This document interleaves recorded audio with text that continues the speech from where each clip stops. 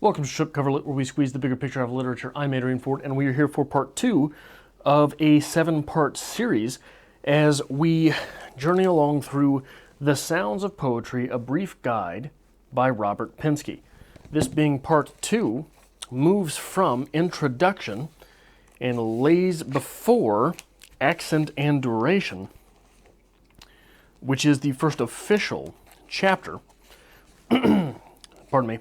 This part of the book is titled simply Theory.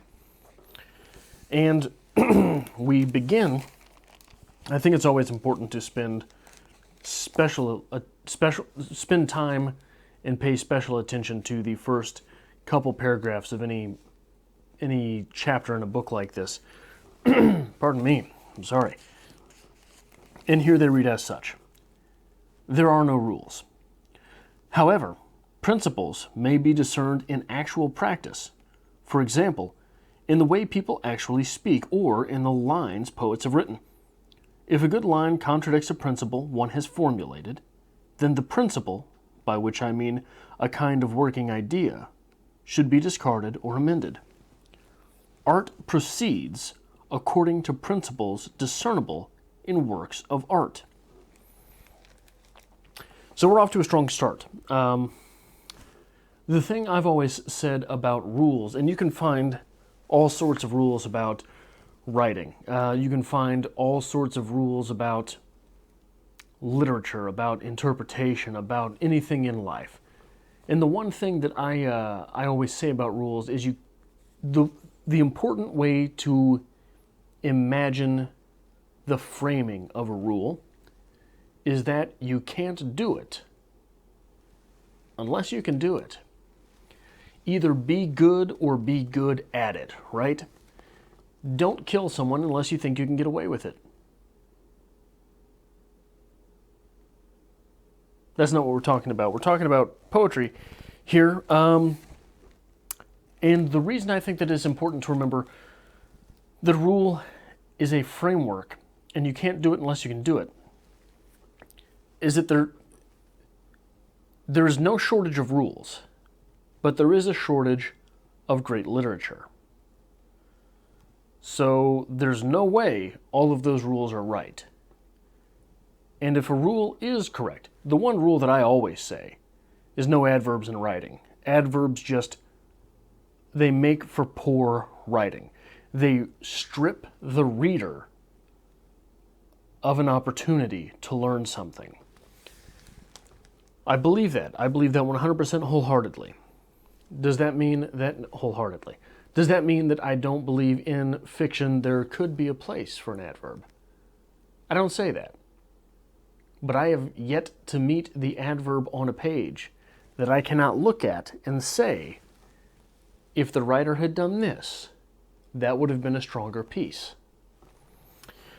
But Pinsky goes on to rationalize that the best way to learn any skill is by reading them in practice, not by trudging through Roman numerals next to blurbs about what you should not do.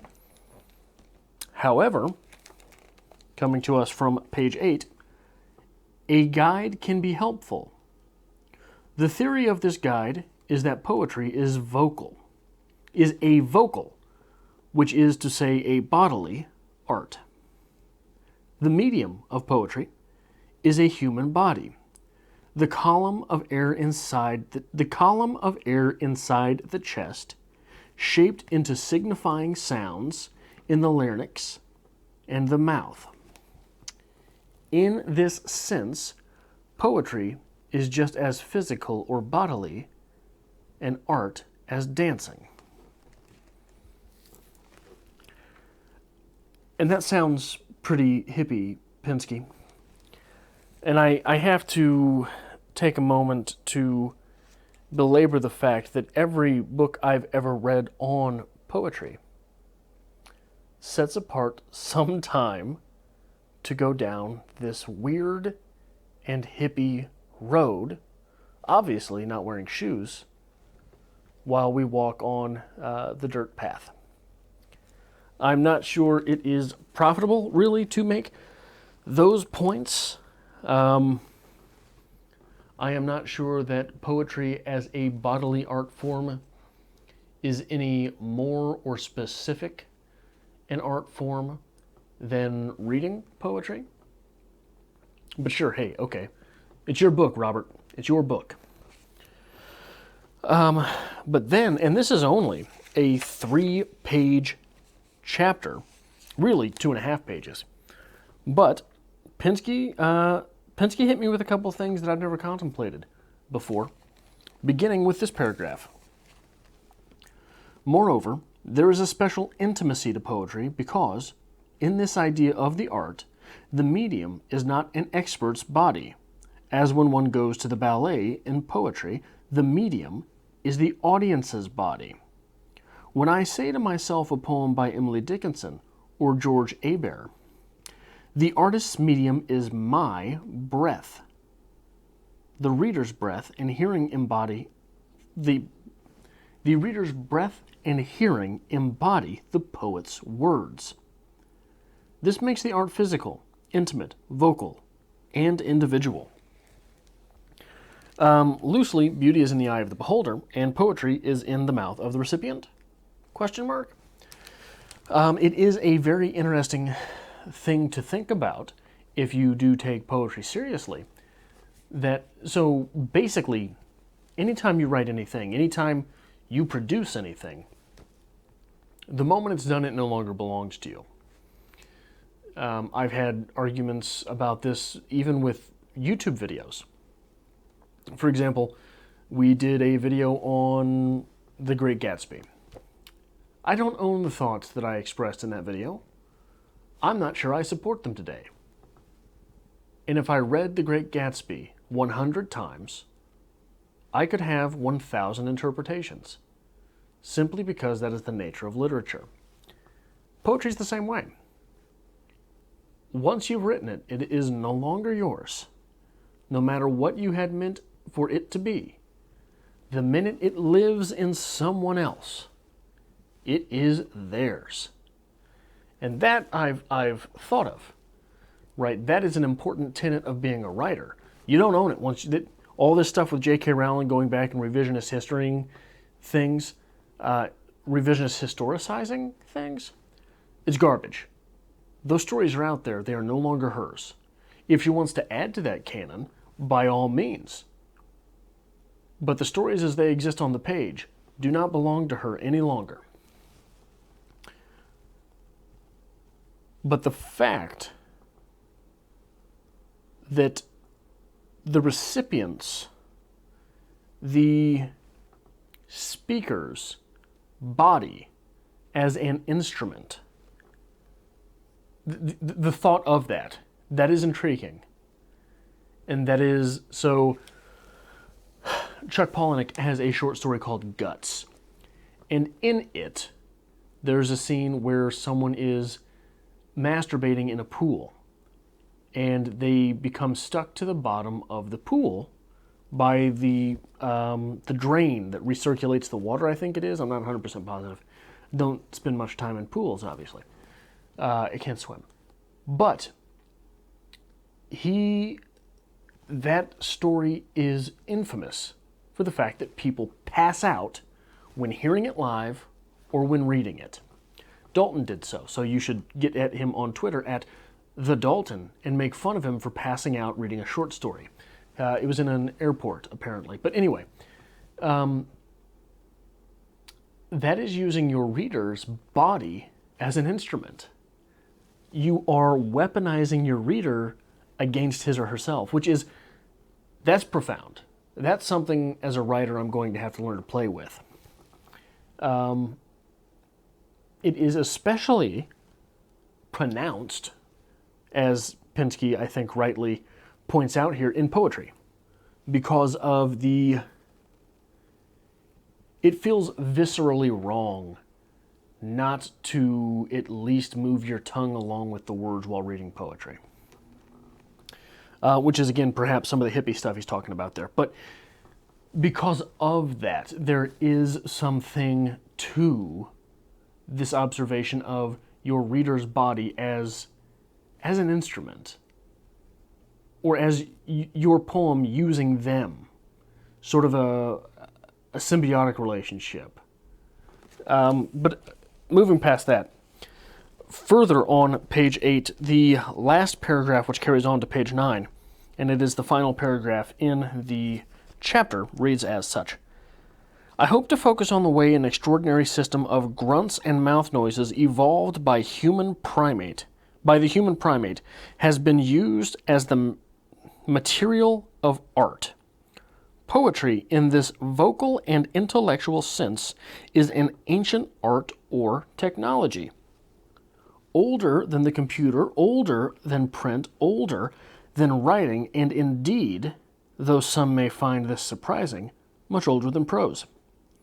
I presume that the technology of poetry, using the human body as its medium, evolved for specific uses to hold things in memory, both within and beyond the individual lifespan, to achieve intensity and sensuous appeal, to express feelings and ideas rapidly and memorably, to share those feelings and ideas with companions, and also with the dead and with those to come after us.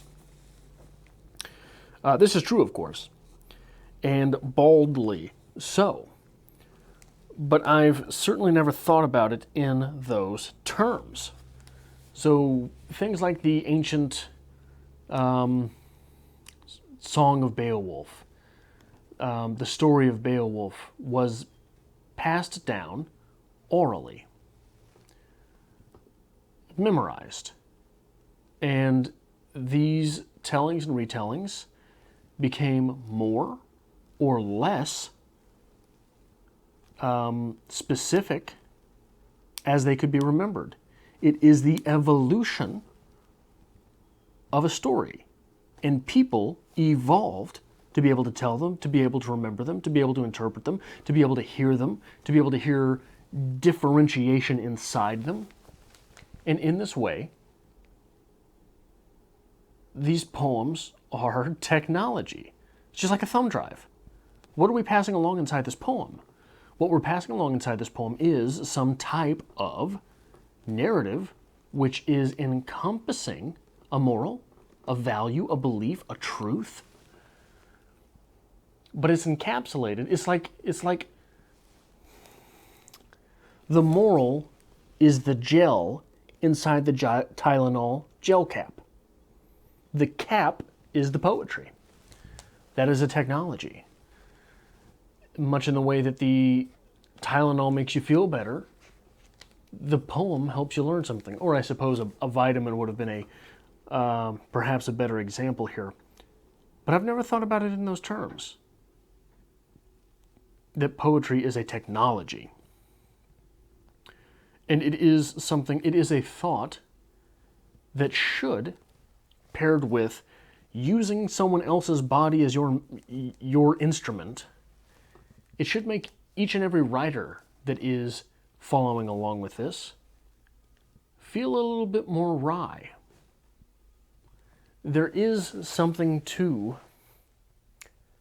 the fact that most artists are a little assholish. Name one. Just name an artist with whom you would like to just hang out all the time. There's probably not one. And if there is, it's because you don't know enough about them.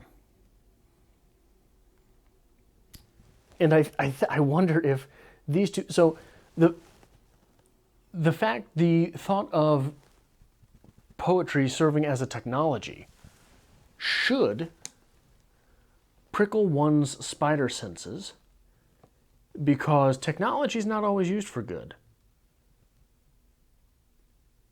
Most often, I think, in today's world, we associate technology with fun. The immediate technology with fun. How many people watching this woke up today and started playing a video game on their phone? Started searching the web on their phone? Checked their likes or their mentions or their ats or whatever. I don't know all of them anymore. It's hard to keep up with social media. That's fun. That's using technology for fun. But technology Technology is useful at its core. That's why it evolves. So writing being a technology and serving as another person's mechanism to control, boy, you can make people do all sorts of funny things, couldn't you? And there is a line from On Writing by Stephen King where he not a line, a passage, where he talks about how writing is basically telepathy. And I'm communicating with you without saying anything, just using little marks on a page. And in fact, that's where I believe, not going to remember his name, The Watchmen, the guy who wrote The Watchmen, he's got a rant somewhere on YouTube where he talks about spells. And what a spell is just literally spelling out a word. But you don't have to do it in the traditional sense. If you know how to write something and someone else knows how to read it, that's a means of communication that gives you an advantage over someone else. So that's where the term spell, he says, Alan Moore, comes from. And it's interesting in that fashion that that's a technology as well. So the line from Thor where he talks about, you call it magic, where I come from, magic and technology are basically the same thing. That's sort of how technology and magic with words worked. Communication, the dark arts, and you a lot of witchcraft and devil worshipping pop up around spelling words or speaking backwards, things like that, which is just interesting to think about. Not necessarily related to this, but the next chapter, part 3, which is chapter 1, is titled Accent and Duration. That is what I have for this installment of The Sounds of Poetry, a brief guide by Robert Pinsky. I hope to see you next time for Accents and Duration. If you like this sort of thing, hit the like button because it really helps us out on the channel and we appreciate it. If you'd like to see more of this type of thing, hit the subscribe button because we've got a lot of series going on the channel. Read-alongs, poetry discussions, things like this, where we break down literature on a nearly or daily basis. And we hope to keep doing that for a long time. And if you would like to help us keep doing that for a long time, there is, as always, a link to our Patreon to be found in the description below.